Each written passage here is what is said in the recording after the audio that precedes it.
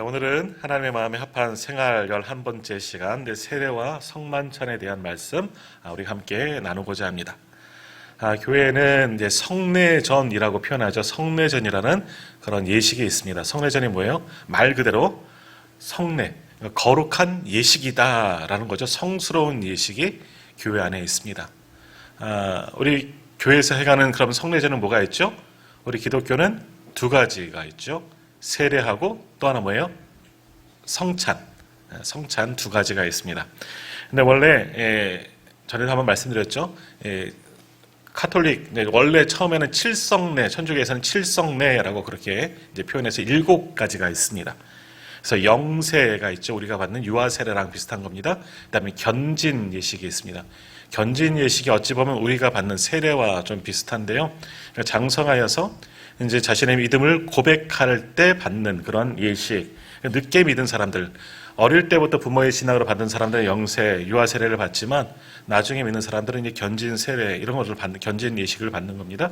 그게 견진이 있고, 세 번째는 고회가 있습니다. 고회, 아시죠? 고회의 성사. 오늘도 오기 전에 잠깐 이제 인터넷 검색하다 보니까 이제 재미있는 게 나왔는데 어느 이제 외국에 있었던 일인데 신부님이 혼자만 이제 근무하시게 됐어요. 다들 이렇게 원래 고해 성사도 주교들이 많이 하고 그러는데 무슨 일로 인해서 그 어떤 성당에 신부님이 혼자만 계신 거예요. 5시 반 퇴근이래요. 그러니까 문 앞에 써놨어요. 고해 성사는 죄만 간단하게 사연은 이야기하지 말 것. 5시 반까지니까. 뭐 이렇게 영어로 적어놓은 것을 이제 보고 왔습니다. 이런 고해 성사, 내 죄를 고백하는 것도 그 성례에 들어간대요. 칠성례 안에 카톨릭은. 그래서 1년에 한두 번은 꼭 고해 성사를 하게 되어져 있다는 겁니다. 그 다음에 세 번째가 고해죠. 네 번째가 성체. 성체는 우리로 말하면 성찬입니다. 근데 성체는 항상 합니다. 그들은 미사, 예배가 미사죠. 미사 때 성체를 받습니다. 그러니까 잔은 먹지 않고 잔은 신부님들만 드시고 이제 떡만 받습니다. 그래서 예배 시간에 가장 주된 게 이제 성례전이에요. 그래서 나오면 한 사람씩, 전에 우리 한번 드셔봤는데 이 밀전면 같이 동그란 칩 같은 걸 하나씩 이렇게 손 딱 이렇게 받치고 하죠. 이렇게 해서 하면은 하나씩 이렇게 넣어주고 입에 넣어주는 그런 성체를 받는 예식이 네 번째 예식이고, 또 종부 성사가 있습니다. 종부는 임종 예배와 같은 겁니다. 다섯 번째, 죽을 때, 태어날 때 영세, 죽을 때 종부. 그 다음에 혼배 성사. 혼배는 뭐예요? 결혼 예식이라는 겁니다. 결혼 예식도 성례 가운데 들어가고요. 또 이제 신부님들만 해당되는 신품 예식이 있습니다. 이거는 우리로 말하면 임직식과 같은 건데 이제 목사 안수식 같은 거죠. 신부님만 받는 신품이 칠성례 가운데 하나입니다. 그래서 천주교에서는 이렇게 지금도 칠성례 7가지 성례를 교회 안에서 계속해서 지금도 지내는데, 이제 이런 예식들에서 우리는 개신교 분리되면서 그 중에서 2가지만 세례, 하나님의 백성이 되는 죄를 씻는 예식 세례가 있고, 주님께서 오늘 말씀을 통해서도 나오지만 마지막 그 성만찬을 나눈 것을 기념하면서 우리를 위해서 흘리신 예수 그리스도의 피와 살, 그래서 기념하면서 하는 성찬 예식, 우리는 2가지만 지키게 됩니다. 그래서 교회의 구성원이 되는 분들은 세례를 받아야 하죠. 그래야 정식적으로 교회 구성원이 될 수가 있는 겁니다. 공예, 뭐 우리들을 보면 우리 안에도 정말 이 세례를 받아야지 정말 진짜 교인이 될 수가 있는 겁니다. 그냥 다 세례를 받아야 되는 거예요. 그리고 세례를 받은 이들만 성만찬에 참여하는 겁니다. 그래서 가끔 세례를 안 받으신 분들이, 우리는 성찬을 또 자주 하잖아요. 많은 개신교들은 1년에 한 2번 정도 성찬 예식 하거든요. 부활절, 그리고 성탄절쯤에. 그러니까 좀 그런데 우리는 매달 하니까 성찬 예배 때 좀 꺼리낌이, 세례 안 받으시면 불편함이 좀 있지만, 그래서 세례를 받으셔야 돼요. 그래야지 우리 공동체, 멤버십도 생기는 거고요. 또 세례를 받아야 되는 거죠. 뭐 그거 세례를 꼭 받아야지만 구원받는 것은 아니지만, 교회에는 세례와 성찬 예식이 있다라는 겁니다. 근데 어찌 보면 또 우리는 그게 너무도 익숙해요. 당연히 세례 받았고, 세례는 한 번만 받기 때문에 우리는 2세례파, 제세례파가 아니에요. 한 번만 세례 받으면 됩니다. 군에서 받는 거 그것으로 끝나요. 그래서 가끔 저도 이제 신학교 다닐 때도 가끔 보면 세례 언제 받았냐고 군대에서 받았대요. 근데 그걸로 받으면 끝나요. 언제 받았는지 기억도 잘 안 나는데 초코파이 준다 그래서 가서 받은 친구들도 있어요, 사실은. 근데 그것도 세례 받은 거예요. 그리고 또 성찬도 어찌 보면 우리는 자주 하니까 너무 익숙해서 그 은혜와 의미가 사라진 것도 있고요. 또 너무 안에서 목회자들도 성찬을 집례하면서 익숙지 않고 그래서 혼동하는 경우도 있고 성도들도 그게 뭐냐 또 어색한 경우도 있고 그래요. 그래서 세례와 성만찬 굉장히 교회 안에서 중요한 예식입니다. 더욱이 우리 개신교는 이 예식이 성례전 예식이 두 가지밖에 없기 때문에 굉장히 중요한데 여기에서 나오는 의미를 잊어버릴 때가 너무 많이 있다라는 겁니다. 그래서 오늘은 하나님의 마음에 합한 생활, 세례와 이제 성만찬에 대한 이야기를 함께 나누면서 세례의 의미를 다시 한번 다 되새기고 또 성만찬의 의미를 한번 기억해 보는 그런 예식의 시간이 되기를 바랍니다. 더욱이 우리는 다 세례 오래전에 받았잖아요. 저도 중학교 때 세례를 받았습니다. 그러니까 그 감격과 그 은혜, 사실은 그때는 저희네 교회에서 학생부에서 형들 친구들 다 받으니까 함께 받았죠. 물론 저는 모태신앙이긴 하지만 그때는 저희 어머니가 나중에 이제 세례를 받으셔서 그때는 양 부모가 다 세례를 받아야지만 이제 유아 세례를 받을 수가 있었던 때였거든요. 그래서 이제 유아 세례를 못 받았어요. 그래서 학습도 받고 이제 세례를 그렇게 받게 되었는데 오래되다 보니까 이제 세례를 받았다는 거 다 이제 좀 기억이 잊어버릴 때도 있습니다. 그러나 이제 저는 목회자로서 또 세례 교육을 또 하다 보니까 할 때마다 이제 제 세례라든 것들이 새롭게 이제 다가오지만 우리 오늘 예배하는 성도님들은 세례 받으신 기억이 수십 년 전이기 때문에 기억이 가물가물 그때는 못 모르고 받았으니까 은혜도 가물가물 그렇게 생각되어질 겁니다. 그래서 오늘 말씀을 통해서 다시 한번 세례의 의미를 되새기고 또 우리가 함께 나누는 성만찬의 의미를 한번 되새기고 이 귀한 성례전을 통해서 또 우리의 믿음이 자라나고 무엇보다도 주님을 더욱더 깊이 사랑하고 기억할 수 있는 그런 시간들이 되었으면 좋겠습니다. 자, 먼저 오늘 본문 말씀을 보면서 이제 두 가지를 함께 나누고자 하는데 먼저 이제 세례에 대한 말씀을 한번 보도록 하겠습니다. 마태복음 3장에 이제 나오는데요. 마태복음 3장을 한번 펴놓고 말씀을 한번 볼게요. 자, 마태복음 3장. 예수님께서도 세례를 받으셨습니다. 조금 전 이따가도 나오는데 세례는 거듭남의 예식이에요. 원래는 죄를 씻고 새롭게 태어난다 하는 예식이 세례입니다. 근데 오늘 말씀에 보면 예수님도 세례를 받으셨어요. 자, 언제 받으셨느냐? 13절 말씀, 마태복음 3장 13절. 마태복음 3장 13절 말씀 한번 같이 읽어보도록 합니다. 13절입니다. 이때에 예수께서 갈릴리로부터 요단강에 이르러 요한에게 세례를 받으려 하시니. 아멘. 이때가 언제냐? 바로 3장 1절부터 이제 공생의 마태복음에 이르러서 이제 공생의 사역이 본격적으로 이제 시작되는 겁니다. 공생의 사역이 시작될 때 세례를 주님께서 받으셨습니다. 물론 예수님의 세례는 제 시스템의 세례와는 관계없습니다. 예수님은 하나님과 본체이시고 동등하신 분인데 뭐 죄가 있으십니까? 죄를 씻는 세례는 아닙니다. 그러나 그것도 보여짐의 의식이 있고 이 예식을 통해서 하나님과 하나 성령이 삼위일체의 장면이 바로 여기에 또 한번 등장하고 있고요. 또 공생의 시작을 알리는 것도 세례 받으심을 통해서 시작됐다 하는 그런 의미도 있습니다. 자, 근데 예수님께서 받으시는 세례는 당시 세례를 베풀었는데 세례 요한이 세례를 베풀었는데 이 세례는 여기에 보면 두 가지 의미가 있는 거죠. 하나는 거듭남의 예식이 있고요. 그러기 위해서 어떤 게 하나가 들어가야 하느냐? 자, 2절 말씀을 한번 같이 읽어볼까요? 3장 마태복음 3장 2절입니다. 회개하라 천국이 가까이 왔느니라 하였으니. 세례 요한의 선포입니다. 세례를 베풀기 전에 뭐라고 얘기해요? 회개하라 천국이 가까웠으니. 하나님 나라가 임하였으니까 회개하라. 회개의 세례를 베풀었다는 겁니다. 6절도 한번 보십시오. 6절에도 제가 한번 읽을게요. 자기들의 죄를 자복하고 요단강에서 그에게 세례를 받더니. 그럼 당시 많은 사람들은 세례 요한의 회개의 세례를 받는 겁니다. 죄를 씻는 예식을 받는 거죠. 그리고 이 회개의 세례를 받고 거듭남이 일어나게 되는 겁니다. 그러니까 세례를 받기 위해서 가장 중요한 요소가 뭐냐? 우리도 그랬어요. 우리도 그렇게 고백을 했는데 다 잊어버렸어요. 오래돼서. 세례를 받기 위해서 필요한 것은 이제 두 가지인 거죠. 결국은. 하나는 내 죄를 회개하는 거예요. 진정한 회개함이 없이는 세례가 안 되는 겁니다. 내가 죄인임을 인정하는 거예요. 그 다음에 할 일이 뭐예요? 그러고 나의 주인은 예수 그리스도, 주님이 나의 구원자이심을 고백해야지만 세례를 드리게 되는 겁니다. 그 세례 받으실 때에도, 우리도 세례 받을 때에도 이거를 물어봐요. 당신이 죄인인 거 구원받았음을 믿습니까? 회개하고 구원받았음을 믿습니까? 예수 그리스도가 구원자이심을 믿습니까? 이것을 믿지 않으면 세례를 드릴 수가 없는 거예요. 그래서 간혹 병상에서 세례를 드릴 때가 있어요. 저도 병상 세례를 몇 번 했는데 거기에서도 가장 중요한 것은 뭐냐면 이 두 가지가 있어야 돼요. 자신의 죄인임을 인정하고 예수 그리스도가 나의 구원자이심을 믿고 고백해야지 병상에서도 세례를 주는 겁니다. 교육이 다 필요 없어요. 예수님을 믿어야지 세례를 주는 거예요.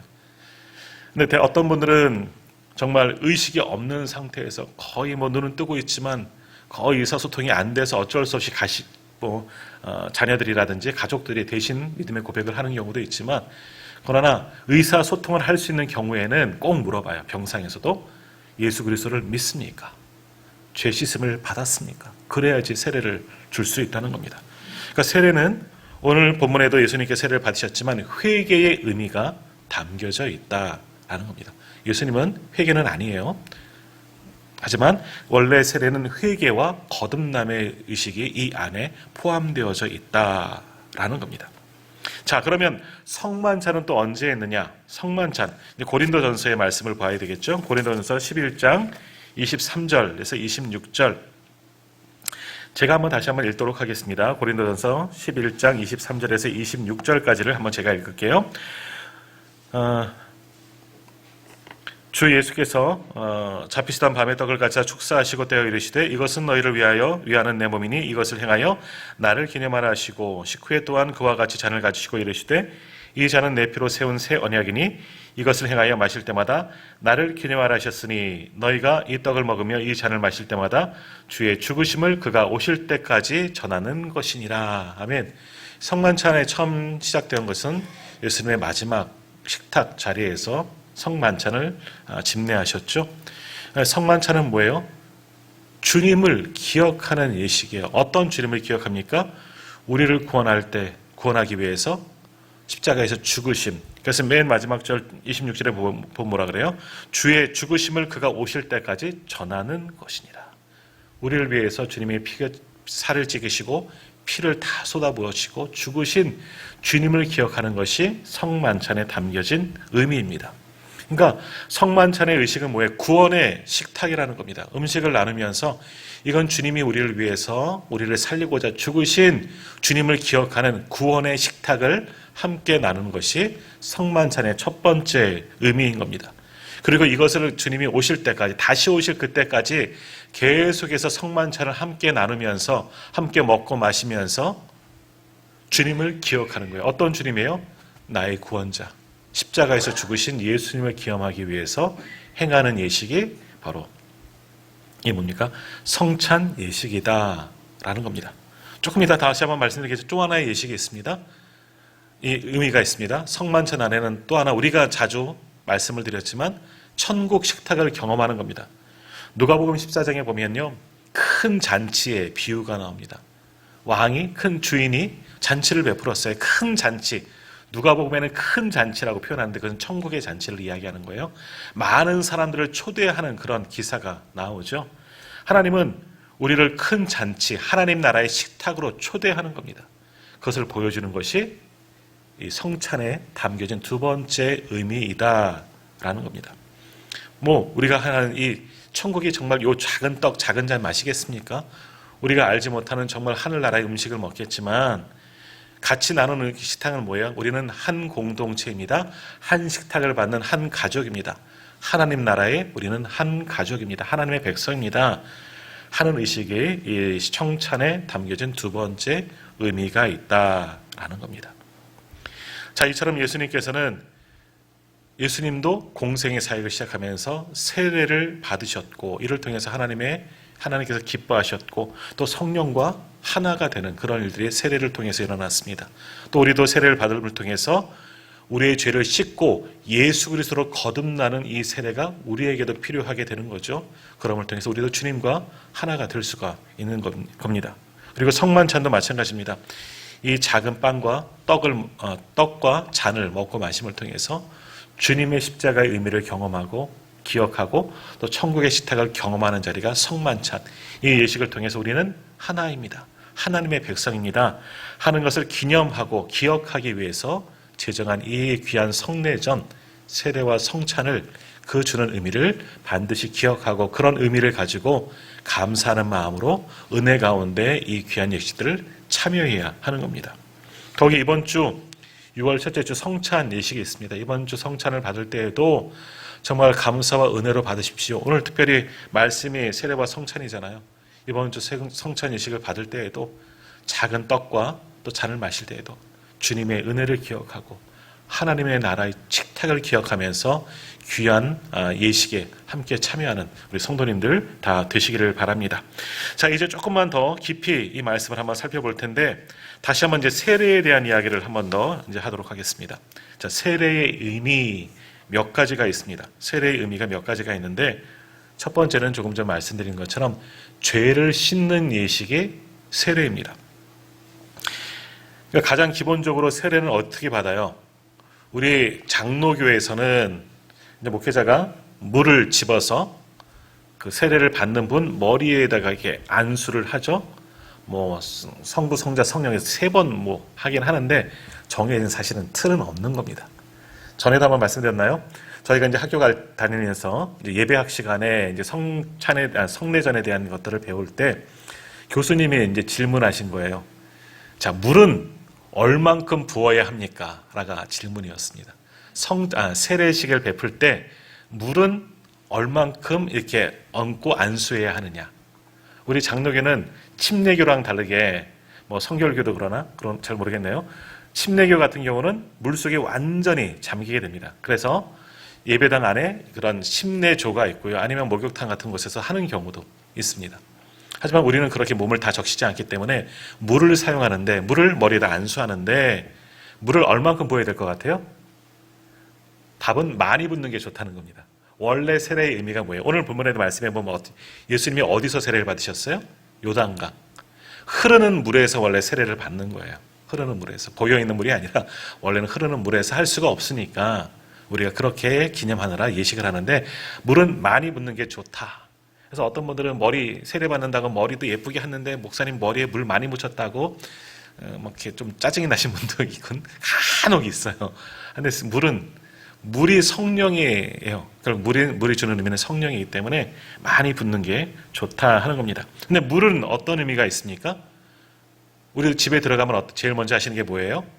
코로나 이후로 가장 먼저 집에 들어가자마자 하시는 것은 손 닦는 거죠. 물 틀어놓고 흐르는 물에 손을 깨끗하게 닦는 것부터 하는 거예요. 물은 씻는 의미가 있어요. 그러니까 세례 받는 것은 그 물로, 흐르는 물로 성령으로 우리의 몸을, 우리의 죄를 씻는 예식이 바로 세례이다라는 겁니다. 이것이 세례의 가장 첫 번째 의미입니다. 그래서 사도행전 22장 16절에 보면 이런 말씀이 있습니다. 이제는 왜 주저하느냐? 일어나 주의 이름을 불러 세례를 받고 너희의 죄를 씻으라 하더라 라고 말씀합니다.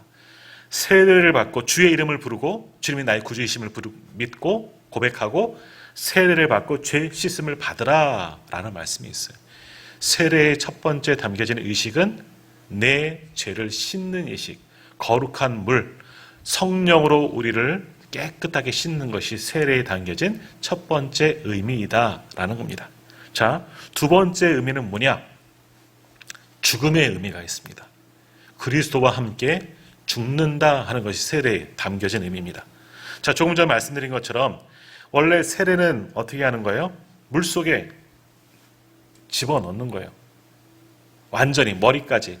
그래서 저는 이제 장로교 목사이기 때문에 사실은 한 번도 본 적이 없어요. 침례교에서 세례 받는 거. 이렇게 보통 이렇게 가슴에 손오면 목회자가 뒤로 이렇게 물속에다 푹 담근대요. 머리부터 몸부터 계속 들어가겠죠. 쏙 물속에 담갔다가 건져내는 것이 세례예요. 그러니까 물속에 들어가는 건 뭐예요? 죽는 겁니다. 죽는 거예요. 죄인된 나는 죽는 거. 지난날에 죄인된 나는 이 물속으로 인하여 완전히 죽는 것. 주님과 함께 십자가에 달려 죽는 것이 세례에 담겨진 의미가 있다는 거죠. 그러니까 죽어야 되는 거예요. 죄악된 나, 예수 믿기 전에 나는 그런 썩어 없어질 그런 자아는 죽어야 되는 거예요. 세례의 의미에는 주님과 함께 죽어야 돼요. 죄악된 나, 이전에 나는 죽음의 의식이 이 안에 있는 겁니다. 그래서 로마서 6장 3절과 4절에 보면 이런 말씀이 있습니다. 무릇 그리스도 예수와 합하여 세례를 받은 우리는 그의 죽으심과 합하여 세례를 받은 줄을 알지 못하느냐. 그러므로 우리가 그의 죽으심과 합하여 세례를 받음으로 그와 함께 장사되었나니 이는 아버지의 영광으로 말미암아 그리스도를 죽은 자 가운데서 살리심과 같이 우리로 또한 새 생명 가운데서 행하게 하려 함이라 라고 말씀합니다. 세례는 그리스도와 함께 죽는 것, 죄인된 내가 죽는 것. 물속에 계속 있으면 죽잖아요. 숨 못 쉬니까. 죽는 의식이 세례에 담겨져 있습니다. 그런데 죽음이 끝이 아니죠. 다시 건지는 것, 살아남입니다. 그래서 세례의 세 번째 의미는 다시금 거듭남, 살아남에 있는 겁니다. 예수 그리스도와 함께 부활에 참여하는 자가 된다 하는 그런 의미가 세례 가운데 담겨져 있습니다. 물속에 들어가는 것은 죽는 거지만 다시 일어나는 것은 살아나는 겁니다. 여기에 부활신앙이 함께 담겨져 있는데 또한 이 살아나는 것을 물속에서 이제 건짐받는 것을 또한 뭐라 그러냐? 그리스도로 옷 입는다. 새 옷을 갈아입는 거예요. 이제는 죽은 더러운 것, 영혼은 죽고 주님으로 인해 다시 살아났기 때문에 거룩한 새 옷, 그리스도의 옷으로 갈아입는 것이 세례이다라는 겁니다. 그래서 골로새서 2장 12절에 보면 이렇게 말씀합니다. 너희가 세례로 그리스도와 함께 장사되고 또 죽은 자들 가운데서 그를 일으키신 하나님의 역사를 믿음으로 말미암아 그리스도 안에서 함께 일으키심을 받았느니라. 죽었다가 세례로 죽었다가 다시 일어난다, 살아난다 하는 의미가 있고요. 갈라디아서 3장 27절에 이렇게 말씀합니다. 누구든지 그리스도와 합하기 위하여 세례를 받은 자는 그리스도로 옷 입었느니라. 세례 받는 자는 그리스도로 옷 입었다. 거듭남의 의미가 이 세례에 담겨져 있다라는 겁니다. 그러니까 성도는, 자 여기서 오해 다시 한번 말씀드리지만 세례를 받아야지만 구원받는 건 아니에요. 하지만 세례를 받는 것이 우리에게는 반드시 필요한 겁니다. 세례를 받기 이전과 이후의 삶이 구분되기 때문에. 왜? 세례는 죽는 거예요. 이전의 자, 예수 믿기 전에 나의 자, 죄 많았던 우리는 세례를 통해서 죽고 세례를 통해서 거듭난 새 삶을 살아가는 겁니다. 그리스도로 옷 입고 살아가는 것, 그러기 위해서 우리가 세례가 필요한 겁니다. 그래서 이렇게 우리는 세례를 받아야 한다라는 겁니다. 그래서 세례를 뜻하는 헬라어 밥티스타, 여기에서부터 이제 침례교가 이제 파생되어졌는데, 밥티스타라는 헬라어의 의미에는 참수한다라는 의미가 함께 있는 겁니다. 참수하는 게 뭐예요? 목 잘리는 거, 죽는 거예요. 결국 세례는 죽는 거예요. 죽는 거. 내가 죽어야 돼요. 그리고 그리스도로 옷 입는 것, 새롭게 거듭나는 것, 예수 그리스도를 믿음을 통해서 나의 주님이심을 인정함을 통해서 거듭나는 것, 옛자는 죽고 새 사람으로 거듭나는 것, 이것이 세례에 담겨진 의미이다. 그래서 초대교회는 이 세례의식을 언제 행했느냐? 부활절 새벽에 했다는 거예요. 왜? 예수 그리스도와 함께 죽고 주님이 언제 부활하셨어요? 부활절 새벽에, 새벽 미명에 부활하셨잖아요. 우리로 말하면 주일 아침 일찍 부활하신 거잖아요. 그래서 주일이잖아요.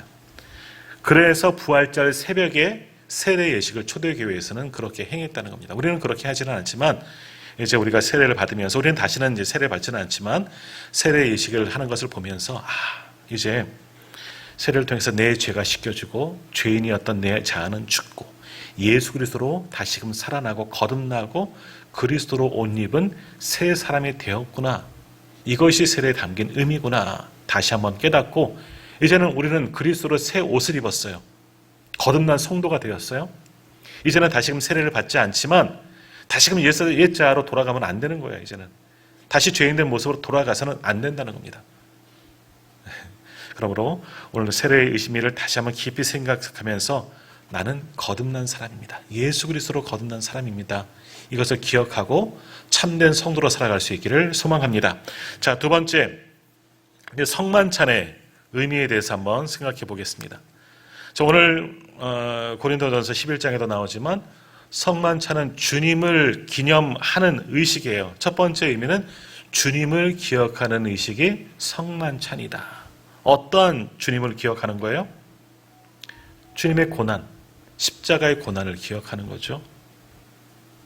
우리를 위해서 흘리신 그 주님의 피, 우리를 위해서 찢기고 상하신 주님의 살, 몸을 기억하는 것이, 우리를 위해서 십자가신 주님을 기억하는 것이 성만찬에 담겨진 예식이다. 예수 그리스도를 기념하고 기억하고 전하는 예식이 성만찬이다 라는 겁니다. 그래서 우리가 이 떡을 먹으면서, 이 거친 빵을 원래는 먹겠죠. 무교병을 먹는 거니까 먹으면서, 또 잔을 마시면서 우리는 주님의 십자가를 깊이 묵상하는 겁니다. 조금만 더 주지, 이 포도주 달달한데 조금만 더 주지, 빵도 맛있는데 너무 작은 것 같지 않아 하지 마시고, 작은 빵이지만 작은 잔이지만 이것을 드시면서 주님의 그 놀라운 사랑, 우리를 위해서 피 흘리심을 기억할 수가 있어야 되는 거예요. 성찬에 그냥 즐겁게 기쁘게 천국의 식탁으로도 참여하지만, 때로는 진정한 성찬의 의미, 나를 위해서 주님이 피 흘려서 죽으셨다는 것을 기억하면서 성찬을 받는 우리가 되어줘야 하는 겁니다. 그래서 누가복음 22장 19절에서 이렇게 말씀합니다. 또 떡을 가져 감사기도 하시고 떼어 그들에게 주시며 이르시되 이것은 너희를 위하여 주는 내 몸이라. 너희가 이를 행하여 나를 기념하라. 너희를 위하여 흘리는 주는 내 몸이다. 기념하라. 기억하라. 주님 말씀하십니다. 이 떡을 먹으면서, 이 잔을 먹으면서 우리를 위해서 다 내어주신 주님을 기억하는 것, 그것이 성찬에 담겨진 첫 번째 의미이죠. 두 번째 성찬의 의미는 뭐냐? 예수 그리스도와 하나 되어진다, 하나됨, 일체, 연합되어진다 하는 의미가 성찬에 담겨진 겁니다. 그리스도의 살과 피를 먹으면서 주님과 한 몸이 된다는 겁니다. 이제는 거듭남과 마찬가지죠. 그래서 요한복음 6장 56절에 보면 내 살을 먹고 내 피를 마시는 자는 내 안에 거하고 나도 그의 안에 거한다 주님 말씀하셨습니다. 피와 살을 먹고 피를 마시는 자, 떡을 먹고 잔을 마시는 자는 주님이 안에 거하고 주님이 우리 안에 거하신다. 주님과 하나가 되어진다 하는 것이 성찬의 두 번째 의미이다라는 겁니다. 그러므로 이 작은 떡을 먹고 이 잔을 마시면서 저도 그렇게 기도하는데 주님과 하나가 되기를 원합니다. 이제는 내 뜻대로 사는 것이 아닌 내 안에 예수 그리스도로 살겠습니다. 고백하는 시간이 성찬 예식에 있다는 겁니다. 이것이 두 번째 의미. 또 세 번째 성찬의 의미는 뭐겠습니까? 이 함께 성찬을 먹는 공동체는 우리는 하나입니다. 예수 그리스도 안에서 주님이 주신 이 신령한 음식 안에서 이것을 함께 먹는 우리는 한 가족입니다. 한 공동체입니다. 하고 함께 먹는 거예요. 그래서 고린도전서 10장 17절에 보면 떡이 하나요 많은 우리가 한 몸이니 이는 우리가 다 한 떡에 참여함이라 라고 말씀합니다. 성찬에 참여하는 우리는 한 가족이에요. 주님 안에서. 자, 이걸 잘 생각하셔야 돼요. 그냥 밥을 먹는다고 우리가 한 가족이 되고 하나가 아니라 누구 안에서? 예수 그리스도 안에서 주님이 주신 이 성찬 안에서 함께 먹는 자들이, 마시는 자들이 한 가족이 천국 공동체가 되는 겁니다. 그저 같이 밥을 먹었다고 당신과 내가 한 가족이 되었다, 하나가 되었다가 아니라 주님 안에서 교제하고 주님께서 주신 이 떡과 잔을 함께 먹고 마시면서 주님께서 우리에게 기억하라고 주신 이 신령한 음식을 함께 먹는 자들이 주님 안에서 한 가족이 된다라는 겁니다. 그러므로 오늘도 이번 주 우리가 함께 성만찬을 경험하면서 이 모든 의미, 주님을 기억하십시오. 주님 안에서 우리가 주님과 하나가 되어지고 함께 먹는 이 신령한 음식을 나눈 우리도 주님 안에서 하나입니다. 우리가 바로 천국 공동체입니다. 감사하는 마음으로 이 식탁에 참여할 수 있는 우리 모두가 다 되시기를 간절히 소망합니다. 자, 그러므로 오늘 세례와 성만찬의 의미를 보았는데 결과적으로 세례와 성만찬 여기에 공통점이 있습니다. 바로 예수 그리스도입니다. 예수 그리스도가 있지 않으면 이 두 가지 예식은 아무 의미가 없다는 거죠. 그것을 성례전이라고 부르는 것은 예수 그리스도께서 가르쳐 주셨고 예수 그리스도와 연결되어져 있기 때문에 성례전, 거룩한 예식이 될 수가 있는 겁니다. 주님이 빠지면 세례도 아무 의미가 없죠. 음식을 먹고 마는다고 포도주를 먹고 빵을 먹었다고 다 천국 백성이냐? 아니에요. 예수님을 기억하지 않는다면 그것은 그저 한낱 식사에 불과한 겁니다. 주님이 그 안에 있지 않으면, 예수 그리스도를 믿는 공동체가 아니면 우리는 이 세례 예식을 베풀고 성원찬을 먹어도 주님 안에서 거룩한 백성이 될 수가 없는 겁니다. 주님 안에서 주님을 기억하고 주님의 그 인격과 그 삶이 우리와 연결되어지만 세례가 의미가 있는 것이고 성만찬이 또한 의미가 있는 겁니다. 그러므로 오늘 우리는 이제 세례를 받지 않지만 성만찬 예식에 참여하면서 주님을 더욱더 깊이 묵상하고 주님께 감사하는 마음으로 성찬 예식에 참여하기를 바랍니다. 이번 주 이제 얼마 남지 않았습니다. 며칠 후면 이제 성찬의 전례에 우리가 참여하게 되겠지만 그저 매달 첫 번째 주일이기 때문에 뭐 어쩔 수 없이 먹는 이 시간 낭비하는 것이 아니라 나를 위해서 흘리신 주님을 기억하고 주님의 그 은혜로 감사함으로 이 예식에 참여하는 천국 공동체로 또 하나 되어지는 그런 귀한 은혜를 경험할 수 있는 우리 모두가 다 되시기를 간절히 소망합니다.